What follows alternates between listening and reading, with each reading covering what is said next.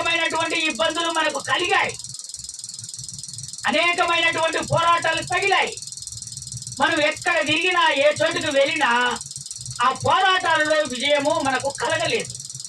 ఎప్పుడు కలిగిందంటే మనం యేసయ్యను అంగీకరించి ఆయన సన్నిధికి వచ్చినప్పుడు దేవుడు మనకు విజయాన్ని అనుగ్రహించాడు. అయితే అక్కడ చెప్తున్నటువంటి మాట దేవుడు ఏంటంటే, ఏం చెప్తున్నాడంటే, మీరు ఎప్పటికీ ఈ విధంగానే మీరు ఉండాలి, మీరు దుఃఖపడకూడదని నా దేవుడు కోరుకుంటున్నాడు. మీ కుటుంబాలలో మొట్టమొదట నా సన్నిధికి వచ్చినప్పుడు దుఃఖము లేకుండా మీరు ఉన్నారే, అదే మాదిరిగా నేను మళ్ళీ వచ్చినప్పుడు మీరు దుఃఖము లేకుండా ఉండాలని నేను ఆశపడుతున్నాను. ఎందుకంటే మీ సంతోషమే నాకు కావాలి. మీరు సంతోషంగా ఉంటేనే నేను సంతోషంగా ఉంటాను. మీ సంతోషమే నా సంతోషం. అందుకనే మీరు ఎప్పుడు సంతోషంగా ఉండాలని నేను కోరుకుంటున్నాను. నేను నమ్మకముతో మీకు నేను చెప్తున్నాను, ఈ సంతోషాన్ని మీరు పోగొట్టుకోకూడదు. మీ ఇళ్ళల్లోనికి మీలోనికి దుఃఖం రాకూడదు అని ఆ పౌలు చెప్పి వెళ్తున్నటువంటి సమయం. ఆ సమయం స్తోత్రం చెప్తారా? ఒకసారి గట్టిగా, ఇంకొకసారి గట్టిగా చెప్తారా? ఇంకొకసారి గట్టిగా చెప్తారా? దేవుని బిడ్డలమైనటువంటి మనము మన కుటుంబాలలో దుఃఖాన్ని తీసేసిన తర్వాత దేవునికి కొంచెం ఎక్కువ భక్తి ఇవ్వం. మనం జాగ్రత్తగా దేవుని వాక్యాన్ని వినండి. మన కుటుంబంలో అది ఏ సమస్య అయినా సరే దుఃఖము కలిగి ఉండునప్పుడు ఎవరికి చెప్పకుండా ఇంట్లో ఉండి కుమిలి కుమిలి యేసయ్యకు కన్నీరు కార్చి ప్రార్థన చేసినప్పుడు ఆ దుఃఖాన్ని దేవుడు తొలగిస్తాడా? ఆ తొలగించినప్పుడు, ఆ దుఃఖాన్ని తొలగించినప్పుడు అంటే కొంతమంది ఏం చేస్తారంట, అందరు కాదు, కొంతమంది ఏం చేస్తారంట, యేసయ్యకు ఆ దుఃఖములో మనసు పూర్తిగా ప్రార్థించినటువంటి ఆ ప్రార్థన అంట కొంచెం తగ్గిపోతాడు. ఎందుకు తగ్గిపోద్ది? బాధలేదే. ఇప్పుడు ఈ దుఃఖాన్ని దేవుడు తీసివేశాడు. ఈ దుఃఖాన్ని దేవుడు తీసివేసిన తర్వాత ఇంక నీకు బాధ ఎట్లా వస్తుంది? అందుకనే ఆయన కోరుకున్నది ఏంటంటే, మీరు ఎప్పటికీ సంతోషంగా ఉండాలని, మీ సంతోషమే నా సంతోషం అంటున్నాడు. నేను నమ్మకంతో మీకు చెప్తున్నాను, నేను మళ్ళీ వచ్చినప్పుడు మీరందరూ సంతోషంగా ఉంటేనే నాకు సంతోషం అని చెప్తున్నాడు. ఈ మాట చెప్పినప్పుడు దేవుడు మన దగ్గరికి వచ్చినప్పుడు నువ్వు గడ్డల చేత బాధపడుతున్నావు అనుకో, జ్వరం చేత బాధపడుతున్నావు అనుకో, అనారోగ్యం చేత బాధపడుతున్నావు అనుకో, పంట పొలాలు సమృద్ధిగా పండట్లేదు అనుకో, నీరు బావులలో ఎండిపోయినాయి అనుకో, ఈ విధంగా దుఃఖంతో ఉంటే నా దేవుడు ఎంత బాధపడతాడు. పోనీ నువ్వు పని చేస్తున్న పనిలో నుంచి తీసివేసినప్పుడు ఎంత బాధతో, ఎంత దుఃఖంతో ఉంటాడు. అప్పుడు దేవుడు వచ్చినప్పుడు ఆ దుఃఖములో ఉంటే దేవుడు ఎంత బాధపడతాడు. అసలు నీకు దుఃఖము ఎందుకు కలుగుతుంది? ఒకసారి దేవుడు దుఃఖాన్ని తీసివేశాడే, మళ్ళీ దుఃఖం నీకు ఎందుకు కలుగుతుంది అంటే, ఒకటే మనం ఆలోచన చేసేది ఏంటంటే, దేవునికి మనం దూరం అయిపోయాం కనుక మళ్ళీ దుఃఖం మన దగ్గరికి వస్తుంది. స్తోత్రం చెప్తారా? ఒకసారి గట్టిగా, ఇంకొకసారి గట్టిగా చెప్తారా? కొంతమంది ఏం చేస్తారంటే, సమయం దొరికినప్పుడల్లా కన్నీరు కాచి దేవుడి దగ్గర ప్రార్థన చేయడం మొదలు పెడతారు. ఈ సమస్య నాకు దేవుడు తీరుస్తాడని. కొంతమంది ఏం చేస్తారంటే నిర్లక్ష్యం చేస్తారు. ఆ దేవుడే కదా, దేవుడిని నమ్ముకున్నాం కదా, దేవుడే తీసేస్తాం కదా అని ఆలోచన. దేవుడు తీసేయడని ఎప్పుడు అనుకోకూడదు. దేవుని బిడ్డారా, యేసయ్య రక్తం చేత కడగబడినటువంటి నీవు ఖచ్చితంగా నా దేవుడు అనారోగ్యాన్ని విడుదల కలగజేస్తాడు. అక్కడ సందేహం లేదు, అసలే సందేహం లేదు. ఆయన ఖచ్చితంగా తీసివేస్తాడు. కానీ నువ్వు చేసే ఆ భక్తిని దూరం చేసుకోవద్దని దేవుడు చెప్తున్నా. చూడు, అక్కడ ఆ భక్తి ఏ విధంగా కోల్పోతారట. అదే 2 కొరింథీయులకు రాసిన పత్రిక 7వ అధ్యాయం 10వ వచనం ఒకసారి చదివి వినిపించండి. 2-3 మాటలు నేను చక్కగా దేవుడు చెప్తున్నటువంటి మాటలు మీకు వివరించి చెప్తాను. దైవ చిత్తానుసారమైన దుఃఖము రక్షార్థమైన మారు మనసును కలగజేస్తది. ఈ మారు మనసు దుఃఖమును పుట్టించదు. ఇది దుఃఖాన్ని పుట్టించదు. అయితే లోక సంబంధమైన దుఃఖము, వినండి, లోక సంబంధమైనటువంటి దుఃఖము మరణమును కలగజేయును. ఇది అనారోగ్యాలు పాడు చేస్తాది. అనారోగ్యం వచ్చిందంటే, అనారోగ్యం తగ్గకపోయిందంటే ఇది ఎక్కడికి తీసుకోబోద్దట? ఎక్కడికి తీసుకోబోతుంది? మరణానికి తీసుకొని పోతుంది. ఇది దేవుడు చేసేది కాదు. లోక పద్ధతిలోనికి నువ్వు వెళ్ళావు, లోక ఆచారాన్ని బట్టి నువ్వు నడుచుకుంటున్నావు. నీ అంతటికి నీవే ఆ మరణాన్ని నువ్వు తెచ్చుకుంటున్నావు, ఆ అనారోగ్యాన్ని నువ్వు తెచ్చుకుంటున్నావు, ఆ సమస్యను నీ ఇంటికి తీసుకొని వస్తున్నావు. ఖచ్చితంగా సూటిగా దేవుడు మాట్లాడుతున్నటువంటి మాటలు అవి. నువ్వు మారు మనసు పొందావు, లోకాచలోనికి వెళ్ళిపోయావు. ఆ లోక ఆచలో పోయినటువంటి ఆ మారు మనసు నిన్ను మరణం పాలు చేస్తుంది.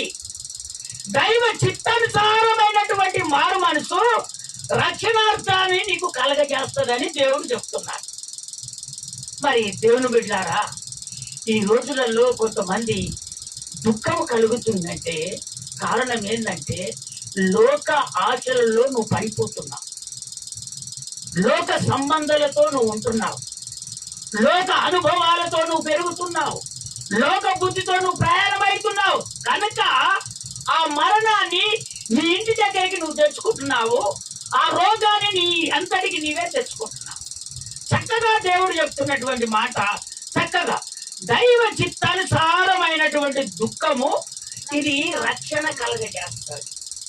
దైవ చిత్తం అంటే ఏంటంటే దేవుని మనసు మన మనసులో కలిగిపోవటం. దైవ చిత్తం అంటే ఏంటిది? దేవుని మనసు కలిగి ఉండటం. ఇంకా తేటగా చెప్పాలంటే నువ్వు ఆయన రక్తం చేత కలగబడినటువంటి నీవు నీతిమంతుడవు. వినండి, జాగ్రత్తగా వినండి. నువ్వు మారు మనసు పొందినప్పుడే, విన్నావా, దేవుని అంగీకరించినప్పుడే నువ్వు బాప్తిసం తీసుకుంటావు. నువ్వు నీతిమంతురాలుగా తీర్చబడ్డావు. అప్పుడు నీకు రక్షణ కలిగింది. ఈ రక్షణ నిన్ను ఎక్కడ తీసుకెళ్తుంది? ఈ రక్షణ నీకు పరలోక రాజ్యానికి తీసుకుపోతుంది. ఈ భూమి మీదనేమో నీకు అనారోగ్యాలు లేకుండా చేస్తుంది, ఏ సమస్య నీ దగ్గరికి రాకుండా చేస్తుంది, నిన్ను దుఃఖములో ఉంచకుండా చేస్తుంది. స్తోత్రం చెప్తారా ఒకసారి గట్టిగా? ఇంకొకసారి గట్టిగా చెప్తారా? అయితే ఈ విధంగా బాప్తిజం తీసుకొని మారు మనసు పొందినటువంటి మనము లోక ఆశల మారు మనసు కలిగి మనం జీవిస్తున్నాం. కనుక ఆ మరణాన్ని, అనారోగ్యాన్ని, వీటిలో ఆ చేతబాడి క్రియలని ఇవన్నీ మనంతటగా మనమే తీసుకొని వస్తున్నాం. కనుక ఈరోజు దేవుడు చెప్తున్నటువంటి మాట, దేవుని మనసు నీలో కలిగి ఉండాలని నా దేవుడు కోరుకుంటున్నాడు. స్తోత్రం చెప్తారా ఒకసారి గట్టిగా? ఇంకొకసారి గట్టిగా చెప్తారా? అయ్యా, యేసయ్య మనసు మాలో కలగాలంటే చాలా కఠినమైనటువంటిది కదయ్యా. ఎంతమంది అనుకుంటున్నారు అట్లా? దేవుని బిడ్డలారా, అది కఠినం కాదు. మీరు అనుకుంటున్నారేమో ఎందుకు కఠినమవుతుంది? భర్తను విడినాడి ఉండమని దేవుడు చెప్పాడా? చెప్పలేదు కదా. చెప్పాడా? చెప్పలేదు కదా. మరి నీకెందుకు కఠినం ఎందుకు అనిపిస్తుంది? బాప్తిజం తీసుకున్నాక లోకంలో పోవని చెప్తున్నాడా దేవుడు? మరి నీకెందుకు బాగా అనిపిస్తుంది? యేసయ్య మనసు నీకెందుకు కలిగి ఉండదు? స్తోత్రం చెప్తారా ఒకసారి గట్టిగా? ఇంకొకసారి గట్టిగా చెప్తారా? ఇంకొకసారి గట్టిగా చెప్తారా? యేసయ్య మనసు నేను కలిగి ఉంటాను అన్న వారి చేతులు ఎత్తండి, ఇప్పుడు తెలిసిపోతుంది. దేవునికి మహిమ కలుగును గాక. ఒక్కసారి స్తోత్రాలు చెప్తారా? ఇంకొకసారి గట్టిగా స్తోత్రాలు చెప్తారా? దేవుని బిడ్డలారా, మనం యేసయ్యతో ఉన్నప్పుడే మన జీవితాలు సస్యశ్యామలం అయిపోతాయి. మనకు రక్షణ కలుగుతుంది, అనారోగ్యాలు విడుదలైతాయి, మనం కోరుకున్నవన్నీ నా దేవుడు చేస్తాడు. మరి అతిథిగాని భక్తి చేస్తే మన కార్యాలు ఎట్లా జరుగుతాయి మీరు ఆలోచన చేయండి. ఎట్లాగా దేవుని బిడ్డారా, యేసయ్య మనసు మనము కలిగి ఉండాలి. అప్పుడు దేవుడు ఖచ్చితంగా కార్యం చేస్తాడు. నువ్వు ఎక్కడికి వెళ్తున్నావో నా దేవునికి తెలుసు.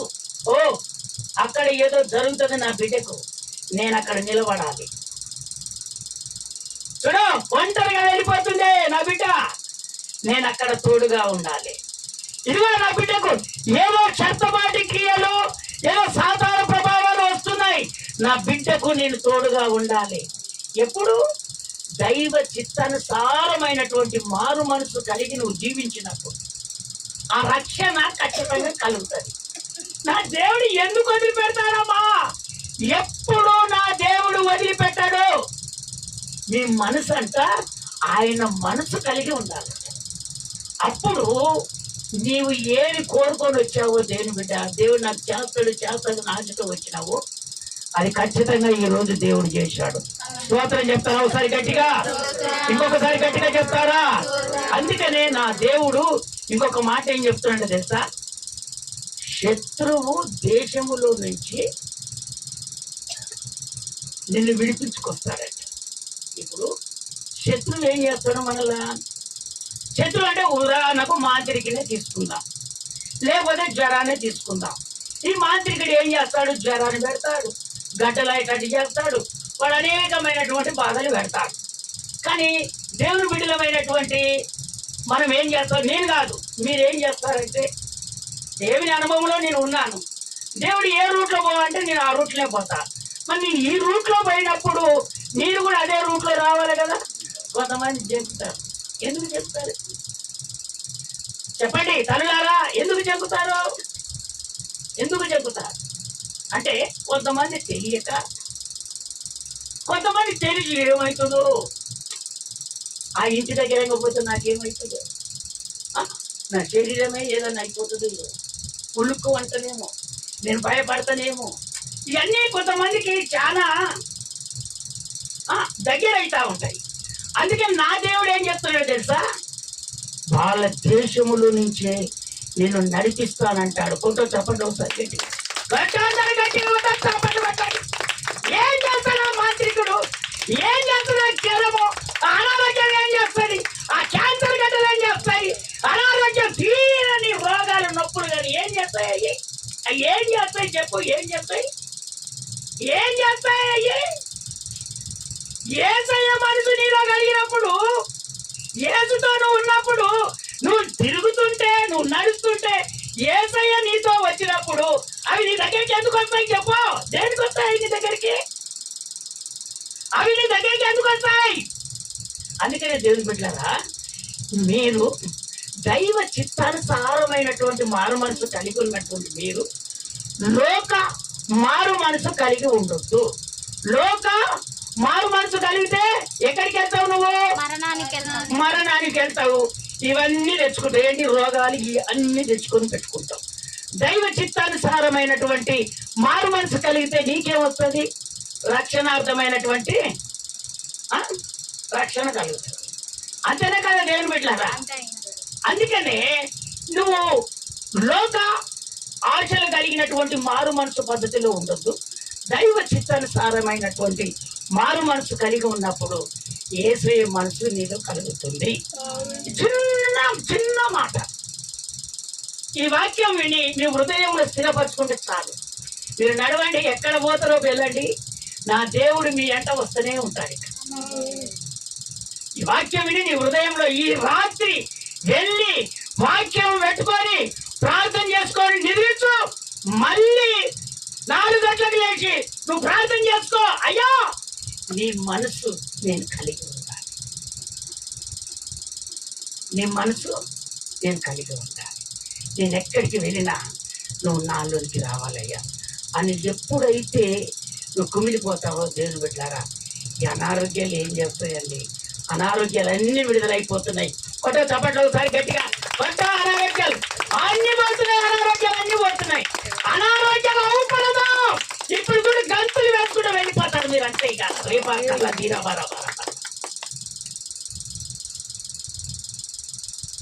చదవండి చక్కని మాట దేవుడు చెప్తున్నటువంటి మాట ఇర్మీయా పుస్తకము 31వ అధ్యాయము 16వ వచనం. నాన్న చక్కగా చిన్నగా చదువు. యెహోవా ఈ ఆజ్ఞ ఇచ్చుచున్నాడు, ఈ ఆజ్ఞ నాకు తెలుపుతున్నాడు మీకు చెప్పమని. ఏడువక ఊరుకొనుము, ఊరుకొనుము, కన్నీరు విడుచుట మానుము. ఇక మారిపో. నీ క్రియ సఫలమై, క్రియ అనగా పని, నువ్వు తీసుకొచ్చినటువంటి దేవుని దగ్గర ఏ మేలు పొందుకోవాలని నువ్వు వచ్చినావో సఫలమై ఆ కార్యము ఖచ్చితంగా నేను చేశాను. జనులు శత్రువుని దేశముల నుండి శత్రువు దేశములో నుండి తిరిగి వచ్చేదరు. మీరు తిరిగి వస్తారు. చెప్పండి, కొట్టండి ఒకసారి గట్టిగా కొట్టండి, కొట్టండి, కొట్టండి. చూడు నా దేవుడు అక్కడ చెప్తున్నటువంటి మాట. ఇక మీరు కన్నీరు కార్చకూడదు. దేవుని బిడ్డలారా, నీ బాధను నేను చూశాను, నీ ఏడుపును నేను చూశాను. ఇక ఏడవద్దు, మీరు కన్నీరు కార్చకూడదు. శత్రువు నేను భయపెట్టాడా? వాడు మంత్రం చేశాడా? వాడి ఇంట్లోకి తీసుకుపోయి నిన్ను ఏమైనా చేశాడా? చిత్రభద్రం చేశాడా? వాడు అనేకమైన పోరాటాలు చేస్తున్నాడా? నువ్వు వెళ్ళేటప్పుడు వచ్చాడు ఉమ్మి పోస్తున్నాడా? నేను చూసి వాడు ఏదో ఒక రకంగా మిసం తిప్పుతున్నాడా? లేకపోతే నువ్వు ఎప్పుడు నా చేతికి అందుతావని చూస్తాడా? ఏదో ఒక రకంగా ఇబ్బంది పెట్టాలని చూస్తాడా? నా దేవుడు అంటున్నాడు, వాని ఇంటి దగ్గరికి వెళ్ళి నేను నడిపిస్తానంటాడు. కొట్ట చప్పట్లో కొట్ట. వాడు ఎంతటి చెట్టుబాటు చేసిన వాడైనా సరే, వాడు ఏ అనారోగ్యం పెట్టేవాడైనా సరే, వాడు ఏది చేసిన వాడు, వాని ఇంట్లోకి వెళ్ళి ముందరంగానే నేను నడిపిస్తానని దేవుడు చెప్తున్నాడు. ఇంకెందుకు భయం? ఎందుకు కన్నీరు కలుపు? ఎందుకు ఏడుస్తున్నావు? ఎందుకు భయం, ఆందోళన? ఎందుకు? ఇక నువ్వు ఎందుకు ఆందోళన చెందుతున్నావు, భయపడుతున్నావు? దేనికి భయపడుతున్నావు? ఎంత పని చేసినా కూడా నా చేతికి చిక్కేసరికి వాడు మొత్తం ఖరారు చేస్తున్నాడని బాధపడుతున్నావా?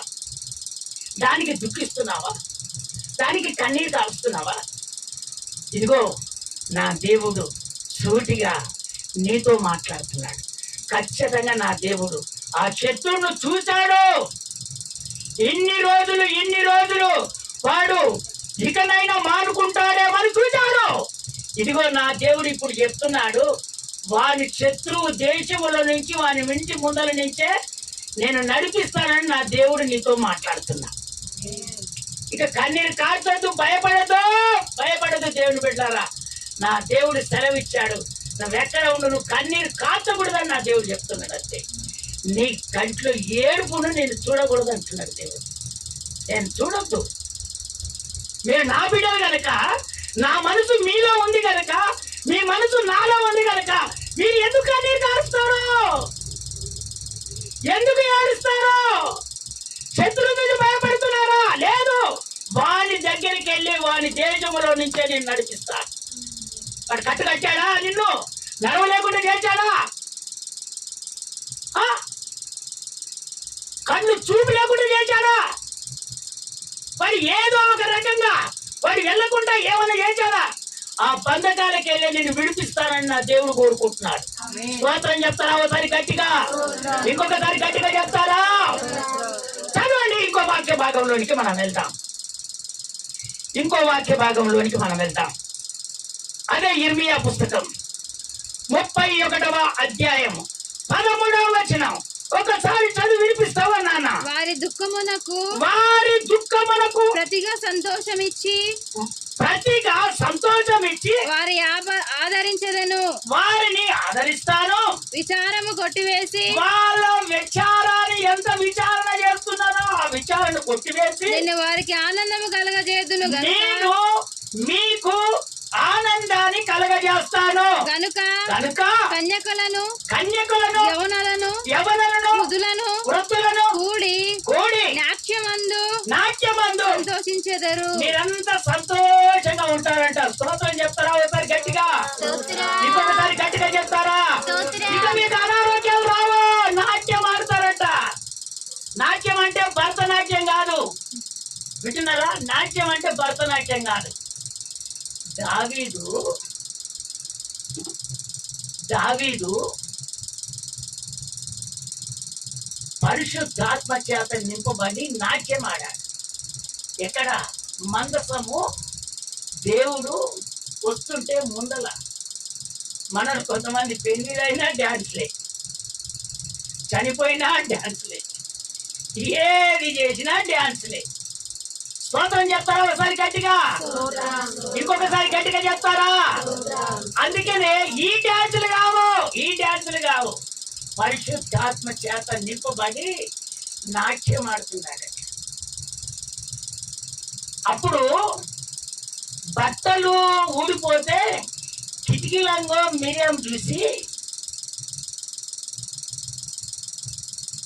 ఎవరమ్మా? మిరియం కాదు,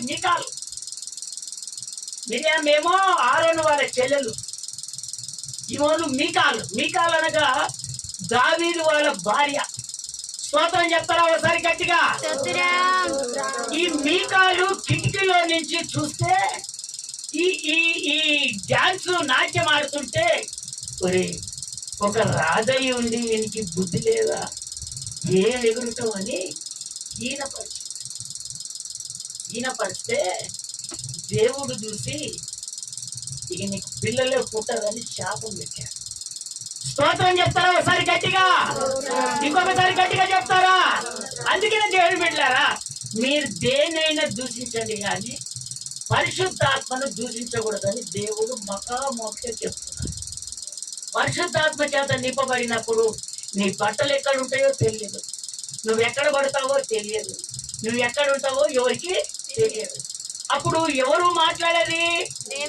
దేవుడు నీలో ఉంటాడు గనక నువ్వెక్కడ ఉండేది ఎవరికి తెలియదు. ఆమె రాయభోగంలో ఉన్నది. ఎక్కడ?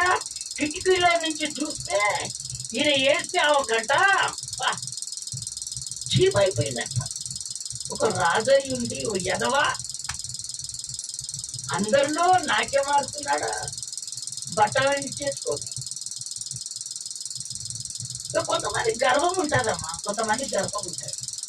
వీళ్ళంతా ఏ ఆశలో ఉన్నటువంటి వాళ్ళు చెప్పలేండి? లోక సంబంధమైన ఆశలో వీళ్ళు మారుమచ్చు బతుకున్నారు, మన బాధ్యత తీసుకున్నారు, పరిశుద్ధాత్మ చేత నింపబడి ఏడ ఉన్నారు? ఇప్పుడు వీళ్ళు లోకములో ఉన్నారు. అందుకనే ఆ లోకములో దృష్టి మనం పెట్టకూడదు. మనం ఎక్కడ దృష్టి పెట్టాలి? దైవ మారు మనసు కలిగి మనం ఉండాలి. అప్పుడు యేసయ్య మనసు ఈక్వల్ కలిసిపోతుంది. అంతేనే కాదా తల్లులారా?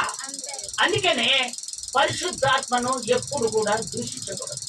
కొన్ని సంఘాలలో పరిశుద్ధాత్మను దూషిస్తారు, వాళ్ళకి తెలియక. పరిశుద్ధాత్ముడు లేడంటారు. బైబిల్లో కూడా అయ్యా పరిశుద్ధాత్మని ఆరాధిస్తామనేది మాకు తెలియదు అంటారు.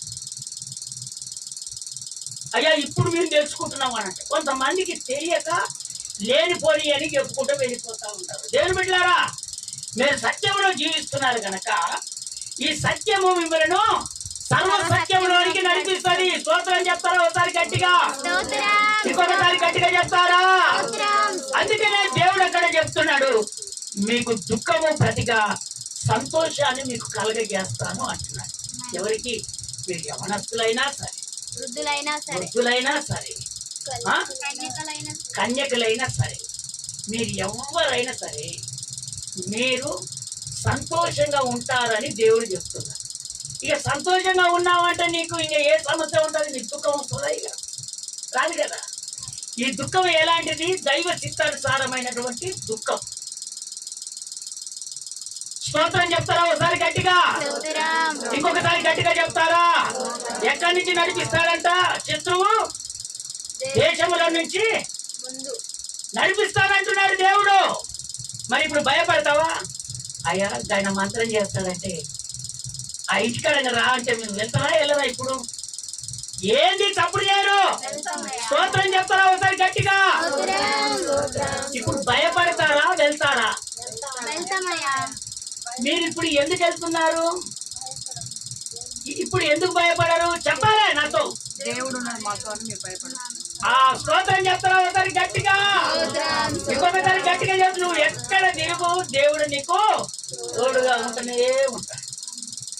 ఇక జనుకోద్దు, భయపడొద్దు.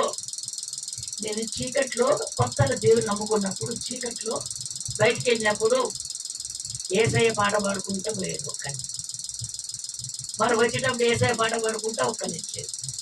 స్తోత్రం చెప్తారా ఒకసారి గట్టిగా, ఇంకొకసారి గట్టిగా చెప్తారా? నా మనసు లోకంలోనికి వెళ్ళలే. ఒక కట్ట పట్టుకొని అది పట్టుకో, ఇవన్నీ లేదు నా దగ్గర. నా దగ్గర ఉన్నది ఏంది? ఏసయ్య పాట. ఏసయ్యతో వెళ్ళటం ఇవి మీరు బాగా నోటేట్ చేసుకోవాలి. కొంతమంది భయపడతారు, భయపడదు. దేవుడు ఉన్నాడు మనకి. నువ్వు ఎక్కడ తిరుగు, ఎక్కడికి వెళ్ళు. ఈ సత్యమైన బోధ తెలియక, మాటలు దొరకక చాలా మంది ఇబ్బందులు పాలవుతున్నారు. ఈ మాటలు, ఈ సత్యము నీ దగ్గరికి వచ్చినప్పుడు శత్రువులు లేస్తాయి, అనేకమైనటువంటి లేస్తాయి. నువ్వు సత్యములో నిలబడితే శత్రువు దగ్గరికి వెళ్ళే ఏమంటున్నాడు? దేవుడు నడిపిస్తాను అంటే. ఇక దేవుడే నడిపిస్తాను అన్నాక మనకేమవుతుంది? ఇక మనకు సంతోషం కలుగుతుందా? కలగదా? స్తోత్రం చెప్పలేదు ఒకసారి గట్టిగా, ఇంకొకసారి గట్టిగా చెప్తారా? ఒక్క మాట చదువుతారా? ఏప్రిల్కి రాసిన పత్రిక 11వ అధ్యాయం 15వ వచనం. 11వ అధ్యాయం 15వ వచనం. ఏప్రిల్కి రాసిన పత్రిక. నానా తొందరగా తొందరగా. 11వ అధ్యాయం 15వ వచనం. 15. వారు ఏ దేశము నుండి వచ్చురో ఆ దేశమును జ్ఞాపకముంచుకొన ఎడల మరలా వెలుటకు వారికి వీలు కలిగి ఉండును. ఈ మాట మీరు విన్నారా? మీరు పాకమ్మ దిక్కే చూశారు. మాట మళ్ళీ ఇప్పుడు వారు ఫస్ట్ ఏమన్నాడు? దేవుడు శత్రువుల దేశంలో నుంచి నడిపిస్తానన్నాడు. మళ్ళీ ఇప్పుడు ఏమంటున్నాడు? వారు ఏ దేశము నుండి వచ్చురో ఆ దేశమును జ్ఞాపకం ఉంచుకున్న ఎడల మరలా వెలుటకు వారికి వీలు కలిగి ఉండును.